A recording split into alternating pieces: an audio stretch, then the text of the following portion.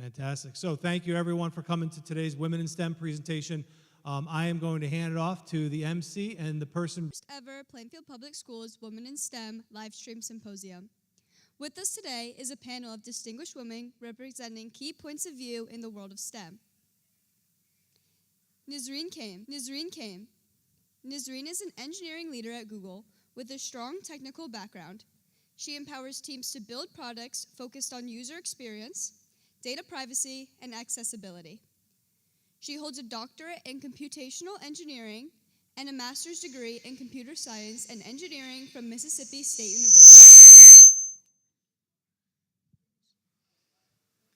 She earned a bachelor's of science in applied mathematics and a focus on operations research from Jordan University. Mackenzie Jones. Mackenzie is completing her final semester at the University of Connecticut. She is a senior majoring in computer science and engineering with a minor in mathematics. Her past internships include working as a software engineer with Infosys in Hartford and contributing to projects with the State Department of Education. This summer, she will begin full-time work at Cigna in the Technology Department program. Holly McCormick-Berm. Holly manages a global team of interactive response technology design leads who build clinical trials based on study protocols. She serves as a board member for the Pfizer Women's Resource Group. She has over 15 years of experience in the pharmaceutical industry, focusing on clinical trial operations, and more than 20 years of experience as a project and program manager. She is a strategic planner skilled at turning ideas into executable plans. Jennifer Michalik.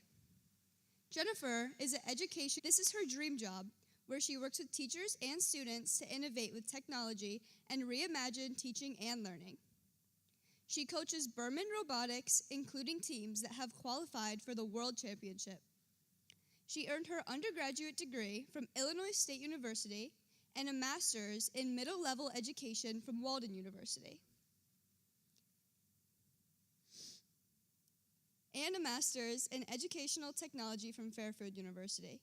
Erin has served on the board and as vice chair of the Association for Middle-Level Education, mentors new and pre-service teachers, and is a certified educator with the International Society of Technology Education.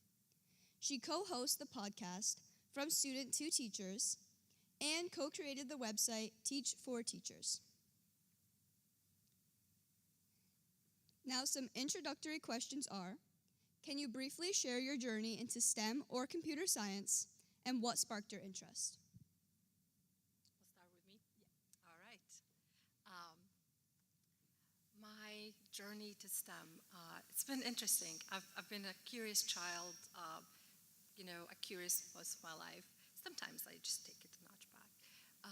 But as a curious kid, I asked a lot of questions. So my parents had a library and they pushed me towards the library.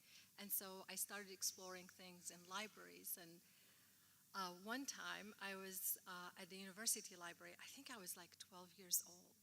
And as I was walking back to, get to my ride to meet my uncle there, there was a bunch of people taking computers out of a computer lab. And they were just putting them in boxes and like on top of each other.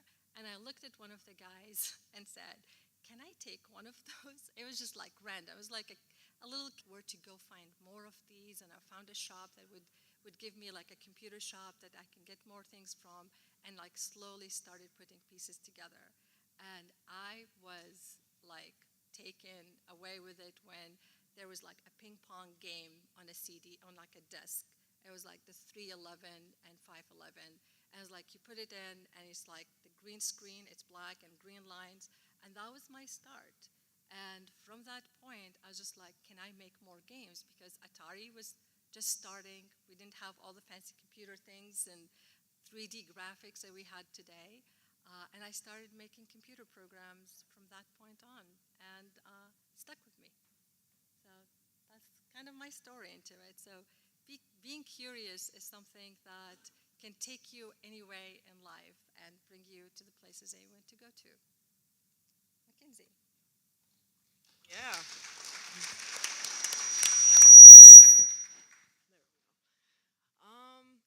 wouldn't say, I have like as specific of a story. For me, it was kind of like she was talking about being very curious. For example, one of the classes that I took, and you guys might have seen or taken it or heard about it, was AP Computer Science Principles in high school. So I kind of went through that, and that was the one class that I felt like I was going to that I really enjoyed and I was really excited for every day, even being a senior. And I don't know if any of you guys are experiencing it, but I had some pretty bad senioritis. I was ready to move on and get into college and get doing something that I really enjoyed, but to be honest, I didn't know what that was. So when I started taking computer science classes and learning more about that with Carol the dog and just basic stuff like that, and just figuring out the logic puzzles, I was always a big puzzle person growing up, and I really enjoyed. Very curious, and I will say, instead of stubborn, tenacious. I've always been very much somebody who stuck with it just because I wanted to see the end. And in my case, it was my high school AP Chem teacher that pulled me aside and said, listen, you get this. For better or worse, you get this. So I stayed with chemistry. I was actually a pharmacy major in college and made it through 2 years. And those of you that are considering pharmacy know that it is a very science-heavy curriculum. At the end of my 4th semester, I went into my first clinical rotation and found that I did not like pharmacy at all. So I am a true person that believes that you have to look at every option and figure it out. So I went to my advisor and said, what do I do? Because I got to graduate in 4 years. And they basically said, well, you have chemistry or biochemistry. So I took the biochemistry side. And what I will say is my undergraduate's in biochem. I kept going I got a master's in biochem. And I have not been at a chemistry bench professionally one day in my career. I ended up in a pharmaceutical company, ironically, since I did not go through pharmacy school.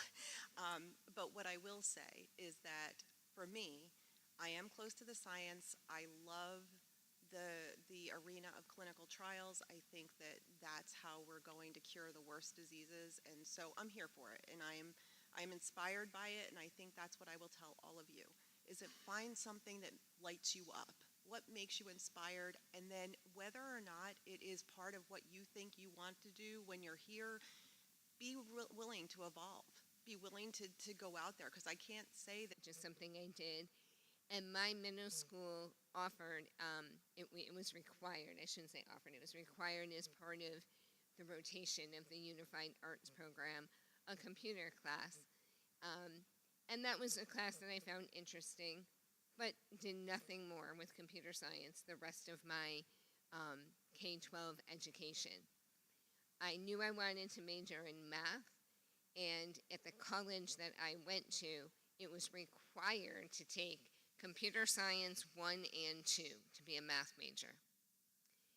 And after those 2 courses, I was hooked. And I said, well, I want to do computer science too. And they had a major that was for both math and computer science, required a little extra courses. Some semesters I had to take 6 instead of 5 to do the 4 years. And all throughout my time, looking back on it now, what I find interesting is there were 4 women who were in my cohort in college who all wanted to go into education. We were all convinced, or tried to be convinced, to do computer science instead. Why? Anyone want to take a guess? Money. Yet, the gentlemen who were in our program, none of them wanted an education. They all wanted to go into the more traditional computer science fields. Looking back on it now, would I change what I did? No, I love being a teacher, and I'm so excited now to be able to give back to students in the role that I have. But in the STEM area, I just love learning. And so my joy of figuring out and solving new problems. I was also the kid who always took math and science classes. I was that kid that took math class after school. And also became an educator. When I moved to Connecticut, I actually had to reapply for all of my teacher certifications, and it was just easier to get social studies. So I started with that one, and a few years into teaching, there was an absolutely awful math teacher, right? We've all had that absolutely awful math teacher, and she was in the room next to me. And every day my kids would leave the room. I hate math, and that just broke my heart every day. My principal came to me and said, I know you love math. Would you be willing to teach it? And I was like, absolutely. What's it going to take? Go get your certificate. And then I started teaching math, and the joy for me was getting you all to love math too, right? And showing that really great connection to everything that you're doing and understanding how the math works. So I did that for 10 years. And then I was like, they always say, like, good teachers, oh, go be a principal, go be a principal. And no offense, but I don't want your job. But what's next, right? What am I going to be when I grow up? So I went back to school at Fairfield, and I got a degree in educational technology. And as I'm sitting in a class called Designing for Online Learning, this pandemic hits. And our professors were like, this is not what we meant. But what happened during the pandemic is I actually learned that I liked teaching teachers, and that my impact on students could grow that much further by teaching teachers. So I actually